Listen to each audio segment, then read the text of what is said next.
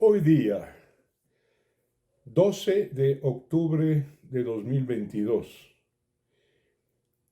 12 de octubre de 1492, una fecha que ha sido satanizada y habrá que hacer un balance, porque en parte es cierto, son ciertas las razones por las cuales se ha demonizado a esta fecha en que el almirante Cristóforo Colombo Fontanarosa, judío, italiano, genovés, corriendo mil riesgos, acoderó en las islas antillanas y murió sin saber que había llegado a un continente nuevo. Fue un coterráneo de él, Américo Vespucio, cartógrafo, florentino, noble, aristócrata, quien hizo el descubrimiento cartográfico de América. Bueno, si ustedes me permiten, amigas y amigos, porque aquí lo que voy a hablar y lo que voy a decir es de alguna manera riesgoso. Este libro que tengo en la mano es uno de la colección Marxismo y Democracia. Marxismo y Democracia. Y va a hablar Carlos Marx a través de sus cartas escritas a su mentor, tutor y protector Federico Engels. Cuando se produce el descubrimiento de América, el 12 de octubre de 1492, le escribe Marx a Engels, se da el encuentro entre un profundo desnivel tecnológico de entre 6.000 y 8.000 años. Es decir, me detengo aquí y voy a señalar porque hay más de Marx. ¿Por qué no repiten esto los marxistas?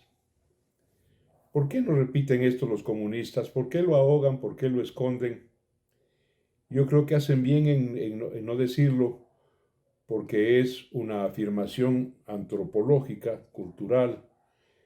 6.000, 8.000 años es un parpadeo en el tiempo evolutivo, ¿no? Pero en el tiempo cultural, en el tiempo civilizante o civilizador, es un largo trecho. Vuelvo a otra carta de Carlos Marx,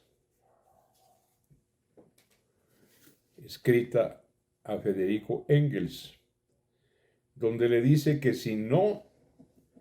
de no haberse producido el descubrimiento de América el 12 de octubre de 1492, los pueblos amerindios, al finalizar el siglo XIX, estarían aproximándose recién al conocimiento operativo de la rueda y aproximándose al lenguaje escrito y a las primeras manifestaciones de la matemática teórica. Bueno, amigas y amigos, ustedes son gente demasiado sensata como para que yo diga algo o colija luego de haberles leído estos dos textos de quienes Marx y Engels hacían gala, ostenta de objetividad histórica, ¿no? No importaba para ellos no importaban las implicaciones de carácter moral. Eran ostentosamente objetivos y dialécticos. Pero claro, lo expresado por los inventores del comunismo, no deja de ser de alguna manera terrible. El desencuentro fue traumático hace 530 años.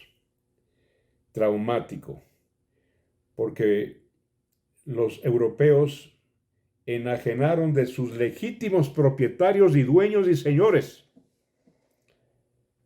Los oriundos de América, los amerindios, les arrancharon su propiedad, su hogar, su continente. Les trajeron la viruela, un mal para el cual los europeos tenían inmunidad, pero no los indígenas. Dicen que millones y millones que América se despobló. Hubo un genocidio preterintencional con la viruela y obviamente con la dominación. Hoy en día, mis amigas y amigos, y hay que reconocerlo, han pasado 530 años, se cumplen hoy día, y claro, los pueblos que en aquel entonces fueron sojuzgados, dominados, maltratados, asesinados, abusados, los pueblos amerindios, hoy sus descendientes, pues disfrutan y gozan, hay que decirlo, de todas las venturas, progresos de la ciencia y de la tecnología, en todos los campos y en todos los órdenes. Eso es, comillas, lo positivo de aquel descubrimiento y posterior conquista. Todos los pueblos de la tierra han conquistado o han sido conquistados. Y no tendría sentido, por ejemplo, que los europeos, en pleno siglo XXI, se pongan muertos de las iras, indignados contra los italianos, porque cuando fueron romanos, fueron una dominación cruel, y además de cruel, cruenta. Las legiones romanas pasearon sus gladium, sus lanzas, su crueldad e inclusive su maldad por casi todo el continente europeo. Si tuvieran los europeos la misma reacción que tienen nuestros indígenas desde Alaska hasta la Tierra del Fuego, podrían también, pues, no declararle la guerra a Italia y obligarle a que pague. Recién nomás, el presidente de México, Andrés Manuel López Obrador, pidió y casi obligó, exigió a España que pida perdón y pida disculpas por el descubrimiento de América y por la conquista. Una exigencia, en mi opinión, ridícula. No hay pueblo en el mundo que no haya a su turno o conquistado o haya sido conquistador, represor. Aquí mismo los incas, 50 años antes de la llegada de los españoles, penetraron en nuestro territorio con toda su crueldad. Y los pueblos oriundos, al ver a los españoles, los confundieron con dioses. Pensaron que se trataba de Viracocha, el Redentor, una especie de Jesucristo de los indígenas. Los cañaris vieron a Viracocha al ver a los españoles. Y los aztecas, que estaban en un estadio superior de la barbarie, en sus pirámides arrancaban de cuajo el corazón de los derrotados y hacían rodar por las escaleras de la pirámide. Y cuando llegaron los españoles, los tlaxcaltecas, por ejemplo, vieron en la figura de Hernán Cortés a Quetzalcóatl, el Dios vengador y el Dios redentor. Así fue el desnivel tecnológico y cultural de aquellos días, mis amigas y amigos. Como digo, pueblos conquistadores y crueles. También lo fueron los amerindios en sus conquistas, y pueblos crueles, pueblos sanguinarios.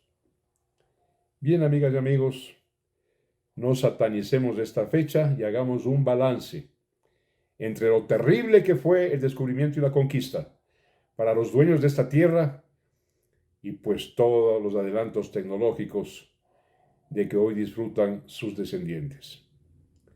Amigas y amigos, muchísimas gracias. Un abrazo para todos. Hasta mañana.